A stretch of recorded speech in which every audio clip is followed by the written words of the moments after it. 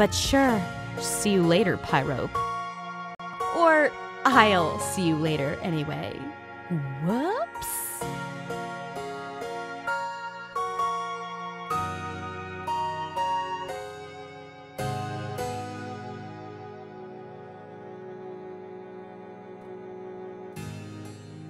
Vriska didn't expect John to be absent from his nest when she dropped by in the middle of the night. Vriska? What are you doing in my nest while I'm not here? I was in the neighborhood. Thought I'd say hello. How long have you been waiting? Oh, I don't know. 6 or 7 hours? Sorry about that. I was hanging out with a friend. It got late. I spent the night. You know how it is. No big deal. Hey, I was thinking we should do something today. Like, take a day trip into the marketplace.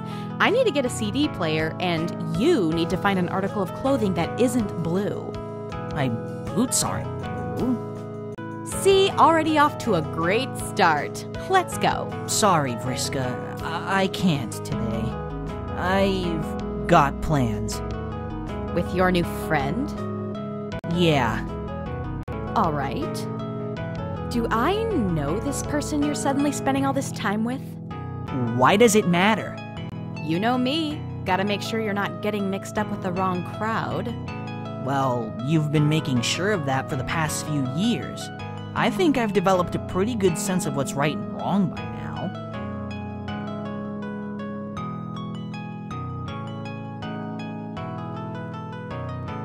You don't know this place like I do, John. This person you've met could spell trouble for you. Trouble you don't realize you've gotten into until it's too late. Then it's my risk to take, don't you think? No, actually, that's really stupid. Why are you being so secretive? Why are you so interested? Because you've been acting weird lately. You've been all hush-hush about who you're hanging around with. You spent your first night away from home and refused to tell anyone where you were or who you were with? How did you know it was my first night away from home? You basically just admitted it to me. Shit. Look, this is my business, not yours. You don't have to keep worrying about me all the time. Man, can't you get it through your thick skull? Your safety is my business. This person is obviously a horrible influence on you. You should stop wasting your time with them. He isn't a waste of my time! And to be honest, I think you're less worried over me and more worried over what I might find out about you. What? Look me in the eyes and tell me you haven't been hiding things from me. Well, excuse me for not divulging my whole life story to you. So, you found someone who will reveal all my dirty little secrets. Is that it? Is that the reason why you find him so fascinating? Because he can tell you all about what a ruthless, horrible bitch I am? If that's all you wanted, you could have just put on some tea and let me talk about myself for 3 hours. Vriska, I'm not stupid. Knowing about you and hunter culture in general, I always thought you were capable of some pretty horrible things. I'll take that as a compliment. The point is, I can understand that. It's not just the truth about you that you've been keeping to yourself. It's the truth about everything. Something big is going on in the strata, and you know it. So why can't you just let me in on it instead of treating me like a kid? Do you think I can't handle it or something? John, listen. It's not relevant. It doesn't concern you. Information is power. I'm not going to put you in danger telling you things you don't have to know. Then don't get upset at me for wanting to find stuff out for myself. This person I met, he's my friend, and I'm going to get to the bottom of all of this with or without your help. But I'm your friend too, aren't I? Why can't you listen to me when I say this isn't something you should be messing with? How come you won't tell me why? Because this is bigger than just you and me. And the less you know, the safer you are. It's not your job to keep me safe. It's not my job to willingly endanger you.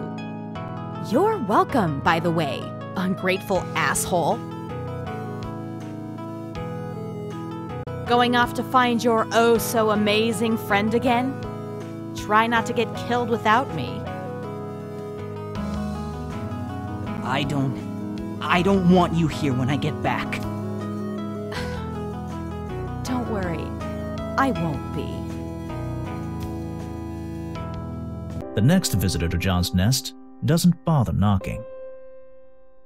Yo, where's John at? He ran off. Alright, cool. Wait, where are you going? Aren't you worried? Not really. Why not? You're his friend, aren't you? I'll start worrying once worrying starts improving the situation. He ain't exactly a hatchling anymore. Kid can take care of himself. Something on your mind other than plundering booty, Circuit? What do you do when you know a good friend of yours is about to make a really bad decision? Mind my own business.